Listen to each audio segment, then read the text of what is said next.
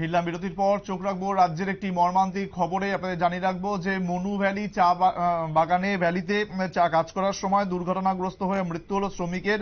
Manu valley চা ফ্যাক্টরিতে কাজ করার সময় দুর্ঘটনাগ্রস্ত হয়ে মৃত্যু হলো শ্রমিকের। ঘটনা আজ দুপুরে ঘটেছে। মেশিনে কাজ করার সময় অনেক উঁচু থেকে ড্রায়ারে পড়ে যায় শ্রমিক রাম জয়পাল নামে এক ব্যক্তি এবং তার পরেই তাকে হাসপাতালে নিয়ে গেলে চিকিৎসকরা তাকে মৃত বলে ঘোষণা করেন বা সহকর্মীদের থেকে এমনটাই জানা যাচ্ছে। এবং মৃত শ্রমিকের বয়স মোটামুটি 60 বছর বলেই এখনো পর্যন্ত খবর।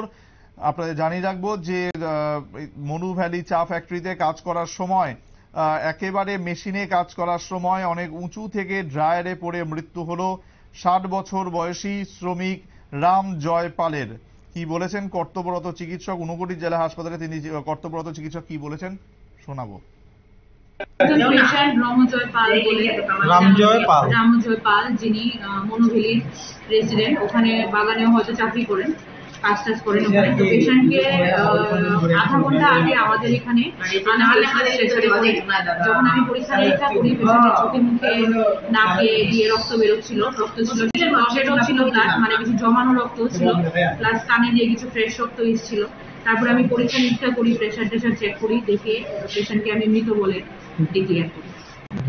যতটুক আমি, যারা ওনার সঙ্গে তখন এসেছিলেন ওরা বলেছেন যে উনি নিত্য যে কাজটা করেন এটা টেবিলের উপর বসে, মানে কোনো জিনিস হয়তো দেন উনি লোডিং বা আনলোডিং এর কোনো কাজ করেন হয়তো, মানে আমি ওদের কথা দিয়ে যা বুঝতে পেরেছি।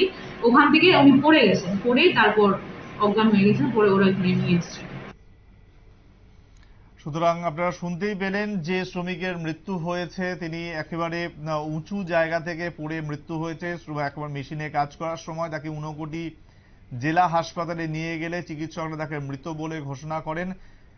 স্বাভাবিকভাবেই তার মৃত্যুতে গভীর শোকের ছায়া ফ্যাক্টরি জুড়ে। সময় আরো একটি বিরতির, সঙ্গে থাকুন।